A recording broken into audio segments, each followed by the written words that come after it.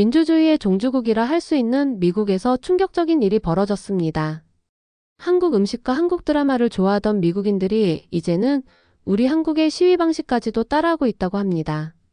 이 모습을 보고 중국인들은 물론이고 하버드대 교수까지도 충격을 금치 못했는데요. 트럼프의 관세 정책과 관련하여 시위가 많아지고 있는 미국 현지에서 도대체 어떤 일이 벌어지고 있는 걸까요? 세계의 시위 문화를 바꾼 우리 한국의 이야기 지금부터 시작합니다. 안녕하세요. 저는 조나단 블레이크 교수라고 해요. 저는 하버드 대학교에서 사람들의 정부 운영 방식을 연구한 지 30년이 넘었어요. 저는 해가 뜨기 전에 일어났어요. 보스턴의 공기는 차갑고 고요했어요. 코트를 걸치고 하버드 로스쿨 캠퍼스를 걸었어요. 키 큰 오래된 나무들이 길가에 줄지어 서 있었어요. 가지들이 창백한 하늘을 향해 검은 팔처럼 뻗어 있었죠. 제 입김이 김처럼 피어오르는 것도 볼 수 있었어요. 건물 안긴 복도에서는 반짝이는 나무 바닥 냄새와 오래된 책 냄새가 났어요. 저는 계단을 올라 제 연구실로 갔어요. 제가 가장 좋아하는 파란 머그잔에 커피를 따라 부었어요. 김이 모락모락 나며 방 안에 따뜻한 향기가 퍼졌어요. 아침 뉴스를 클릭했더니 워싱턴 포스트의 한 헤드라인이 제 시선을 사로잡았어요. 미국 핸즈오프 시위, 한국 촛불혁명 그대로 따라했다. 심장이 쿵쿵 뛰었어요. 화면에 다가가 보니 뉴욕부터 샌프란시스코까지 도시마다 수천 명이 손바닥 모양 피켓과 작은 LED 불빛을 들고 모였다고 했어요. 완벽한 줄을 이루고 고함 한 번 지르지 않고 끝난 뒤엔 쓰레기를 치웠대요. 한국에서 했던 촛불 집회와 똑같이 평화로웠어요. 제가 속삭였어요. 이게 진짜 일리가 없어. 하지만 사진들은 분명했어요. 사람들은 촛불 대신 빛나는 LED 등을 들고 있었고 안전을 지키기 위한 작은 팀까지 만들어져 있었어요. 바로 몇 달 전 한국 시민이 한국 정부의 목소리를 들려주려고 썼던 방식이었어요. 갑자기 뒤에서 부드러운 웃음소리가 들렸어요. 중국에서 온 대학원생 메이린이 옆 책상에서 서류를 정리하고 있었어요. 한쪽 눈썹을 치켜 올리며 화면을 바라봤어요. 블레이크 교수님, 어떻게 생각하세요? 한국은 작은 나라인데 미국은 엄청나게 커요. 같은 방법이 여기서 통할 수 있다고 보세요? 그녀가 책상 위에 펜을 탁탁 내려놓았어요. 저는 살짝 짜증이 났어요. 메이리는 똑똑했지만 자주 큰 나라만이 작은 나라를 가르칠 수 있다고 생각했거든요. 저는 눈을 감았다가 다시 떴어요. 국가의 크기가 결정하는 게 아니에요. 사람이 정해요. 평범한 시민들이 함께 서면 그 목소리는 어떤 법이나 군대보다 강해져요. 메이리는 고개를 저으며 미소를 지었지만 눈동자엔 의심이 남아 있었어요. 그녀는 다시 자기 일로 돌아갔어요. 저는 기사를 다시 봤어요. 커피는 이미 식어 있었죠. 저는 일어나서 큰 창문 앞으로 걸어갔어요. 밖에서는 캠퍼스가 서서히 깨어나고 있었어요.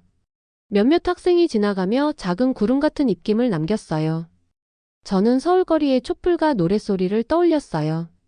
그리고 이 조용한 사무실이 얼마나 멀리 있는지, 하지만 역사는 바로 지금 이 순간에도 흘러가고 있다는 걸 깨달았어요. 다시 자리에 앉아 컴퓨터에서 다른 뉴스들을 열었어요. 제목은 핸즈오프 시위 한국의 민주주의에 준 선물이었어요. 손가락을 마우스 위에 올려두고 한 글자도 놓치지 않겠다는 각오로 읽었어요. 피켓이 어떻게 똑같이 만들어졌는지, 조직자들이 안전팀을 어떻게 복제했는지, 평화의 정신이 바다를 건너 어떻게 전파됐는지 모두 적어야 했어요. 심장이 두근거렸어요. 마치 숨겨진 길을 발견한 탐험가가 된 기분이었어요. 첫 문장을 타이핑했어요. 오늘 아침 저는 작은 나라의 평화혁명이 가장 오래된 민주주의 국가에 뿌리내리는 모습을 목격했어요. 잠시 멈춰서 소리내어 읽어봤어요. 드라마틱하게 들렸지만 분명 사실이었어요. 다시 메이린을 바라봤어요. 더 말해주고 싶었어요. 용기는 어디에서나 나올 수 있다는 걸 보여주고 싶었죠. 하지만 지금은 다시 화면으로 시선을 돌리고 글을 계속 썼어요. 밖에서 마침내 구름 사이로 햇빛이 터져나왔어요. 그 빛이 나무바닥 위로 길게 뻗어왔어요. 무언가 새롭게 시작된다는 약속처럼 느껴졌어요. 저는 책상에 앉아서 아침에 발견한 소식 생각에 가슴이 뛰었어요. 컴퓨터 화면에는 핸즈오프 시위 관련 기사가 줄줄이 떠 있었어요. 하나하나 제목을 보는데 믿기지 않을 정도였어요. CNN 보도를 열었더니 미국 신계도시에서 12만 명 한국 촛불혁명 본따 핸즈오프 시위 참여라고 나와 있었어요. 이어서 뉴욕타임즈, 월스트리트 저널, 그리고 워싱턴 포스트 심층 분석까지 읽었는데 모든 기사가 같은 결론이었어요. 미국 활동가들이 한국 촛불 집회 방식을 한 단계씩 연구해서 똑같이 재현했다는 거였어요. 사무실은 저 혼자인데도 왠지 북적거리는 기분이었어요. 컴퓨터 옆에는 시위 전술에 관한 책, 현대 한국사 책, 민주주의 이론 책이 포개져 있었어요. 저는 노트패드를 꺼내 이렇게 메모했어요. 촛불 대신 손바닥 모양 피켓. 안전을 위한 작은 LED 불빛. 질서 유지를 맡는 자원봉사팀. 끝난 뒤 청소 크루. 영어 구와 한글 번역이 함께 적힌 현수막. 시위 구역을 구획별로 나눈 작은 도식도 그렸어요. 펜이 종이를 가르며 움직일 때마다 수천 개의 LED가 동시에 깜빡이는 부드러운 윙윙거림이 들리는 것만 같았어요. 바로 그때 문이 열렸어요. 국제정치학과 동료인 로버트 베넷 교수였어요. 김이 모락모락 나는 차 2잔을 들고 왔어요. 그녀는 커피 한 잔을 제 책상 위에 내려놓으며 물었어요. 넋이 나간 표정이네. 무슨 일 있어요? 핸즈오프 시위가 한국 촛불혁명 설계도를 그대로 따라하고 있어요. 그녀는 눈썹을 치켜 올리며 차를 한 모금 마셨어요. 그래요? 그는 제 어깨 너머로 화면을 들여다봤어요. 입가에 천천히 미소가 번졌어요. 믿기 어렵네요. 안전팀 표시 팔찌까지 똑같이 복제했네.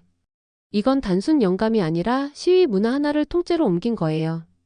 저는 고개를 끄덕였어요. 질문이 머릿속을 떠나지 않았어요. 활동가들이 어떻게 이렇게 한국과 똑같이 했을까? 한국과 미국 조직자들이 비밀 네트워크를 통해 함께 일한 걸까? 저는 휴대폰을 꺼내 메일인에게 이렇게 문자를 보냈어요. 도서관에서 10분 후에 봐요. 급해요. 몇 분 지나지 않아 메일인이 나타났어요. 단정하게 묶은 머리에 진지한 표정이었어요. 급해요라고 하셔서 왔는데 무슨 일이에요? 저는 자료들을 가리켰어요. 이거 읽어보고 기분이 어떤지 말해줘요. 그녀는 미국 시위대가 빛나는 손피켓을 든 사진을 넘겨보았어요. 자료와 제 얼굴을 번갈아 보더니 고개를 끄덕였어요. 대단하네요. 모든 세부 사항을 복제할 줄은 몰랐어요. 그런데 정말 똑같아요. 저는 그녀에게 웃으며 말했어요. 한국 시위가 강력했던 건 시민들이 스스로를 믿었기 때문이에요. 그 힘은 어느 나라만의 것이 아니에요. 어느 나라이든 누구나 다 할 수 있어요. 메이리는 잠시 침묵하며 저를 바라보았어요. 작은 나라가 초강대국의 시위 방법을 가르칠 거라고는 상상도 못했어요. 저는 그녀에게 역사는 늘 뜻밖의 일로 가득해요. 더 파고들어봐요. 라고 말했어요. 우리는 급히 도서관으로 이동했어요. 키 큰 책장 사이 복도는 종이와 나무 광택이 어우러진 묘한 향이 났어요. 창가 쪽 자리를 잡고 앉았어요. 아래 잔디광장에는 학생들이 책을 들고 오가고 있었어요. 저는 노트북을 켰어요. 다음 2시간 동안 역할을 나눴어요. 저는 한국 촛불 집회 조직도를 분석했어요. 메이리는 서울시위 지도자 인터뷰를 살폈어요. 끝날 무렵 노트에는 지도와 목록, 질문들이 가득했어요. 메이린이 단호하게 노트를 덮으며 말했어요. 인정해요. 제가 이걸 무시한 건 잘못이었어요. 여기에 진짜 조직적 전략이 있네요. 저는 웃으며 답했어요. 맞아. 한국에서 왔고 이제는 미국에서 살아 움직이고 있어. 우리는 가방을 챙겼어요. 창밖 하늘은 연한 오후 빛으로 바뀌어 있었어요. 가슴이 벅찼어요. 이건 단순 뉴스가 아니었어요. 아이디어가 어떻게 이동하는지 보여주는 살아있는 연구 대상이었어요. 다음 단계는 분명했어요. 이 발견을 다른 연구자들과 어쩌면 전 세계와 공유하는 거였어요.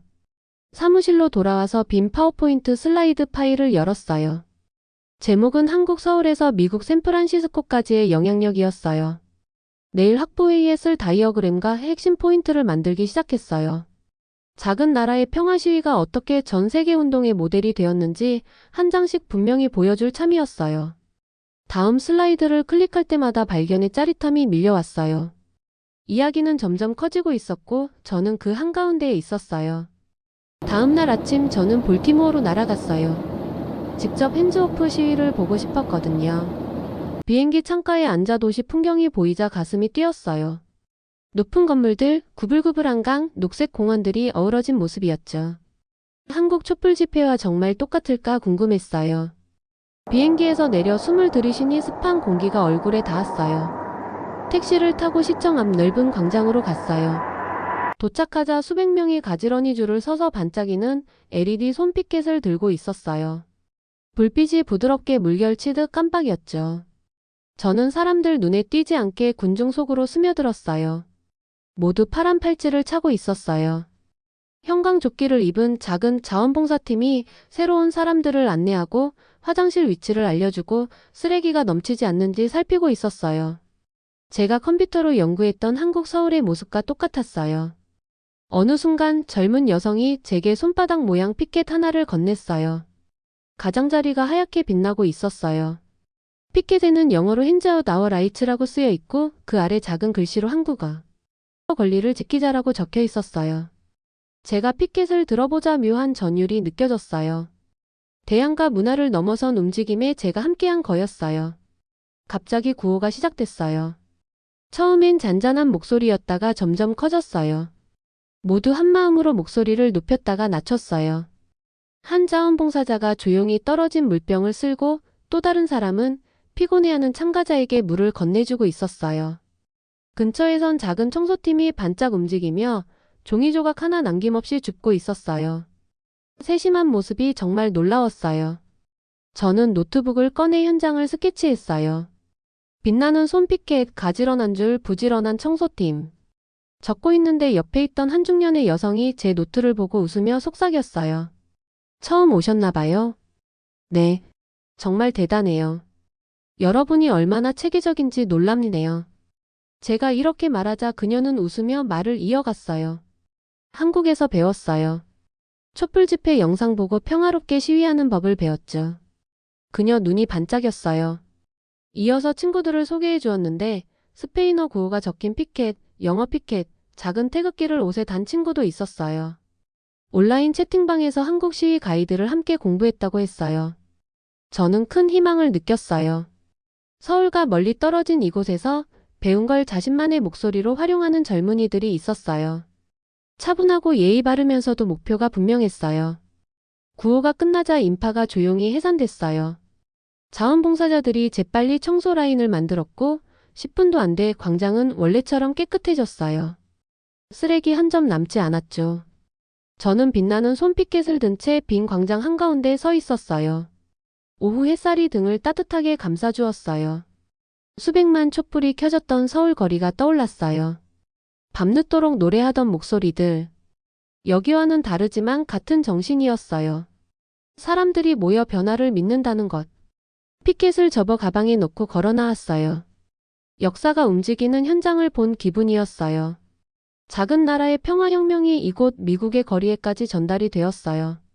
저는 이 이야기를 솔직하고 명확하게 전해야 한다는 걸 알았어요. 희망이 국경을 넘어 어떻게 퍼지는지, 평범한 사람들이 어떻게 세상을 밝힐 수 있는지 보여주기 위해서요. 다음 날 저는 노트북과 반쯤 마신 물병을 들고 4층 세미나실에 들어갔어요. 분필가루와 커피향이 은은하게 섞인 공기가 느껴졌어요. 큰 창문으로 햇살이 들어와 빈 의자줄을 환히 비췄어요. 1시간 뒤면 학생들과 교수님들이 모여 볼티모어 현장과 민주주의의 의미를 함께 얘기할 예정이에요. 앞에 가서 노트북을 켰어요. 화면에는 핸즈오프 시위와 촛불혁명, 제도적 교훈이라고 쓰인 한 장짜리 슬라이드가 떠 있었어요. 저는 다음 빈 슬라이드를 클릭해두고 토론 내용을 메모할 준비를 했어요. 심장이 빨리 뛰었어요. 시민들의 같은 에너지를 두 정부가 어떻게 받아들이는지 파고들 순간이었거든요. 사람들이 하나둘 들어오기 시작했어요. 메이리는 중간쯤 자리에 앉아 노트를 펼쳐 놓았어요. 베넷 교수님은 옆자리에서 차를 홀짝이며 자리에 앉았어요. 법학과 정치학과 학생 몇 명이 앞줄을 차지했어요. 잔잔한 대화 소리가 공간을 채웠어요. 정확히 오후 2시가 되자 제가 일어나 마이크를 톡톡 두드렸어요. 와줘서 고마워요. 오늘은 시위가 거리에서 벌어지고 있는지 살펴보려 해요. 한국에서 평화로운 시민의 힘을 받고 이제 미국에서 비슷한 현상이 나타나고 있죠. 정부는 어떻게 반응할까요? 함께 토론해 봅시다. 잠시 숨을 고르고 뒤 슬라이드를 가리켰어요. 거기엔 한국과 미국 두 칸이 있었고 시위 시작 법적 절차 결과라는 항목이 적혀 있었어요. 한국란에는 즉각 청문회, 국회 표결, 대통령 탄핵이, 미국란에는 계속되는 논쟁, 의회 조사, 불확실한 결과가 쓰여 있었어요. 한국은 헌법이 빠른 국회 조치를 허용했어요. 시민 목소리가 몇 주 만에 공식 청문회로 이어졌죠. 미국은 두 의회의 승인과 대법원 가능성까지 거쳐야 해서 수개월, 수년이 걸려요. 한 학생이 손을 들었어요.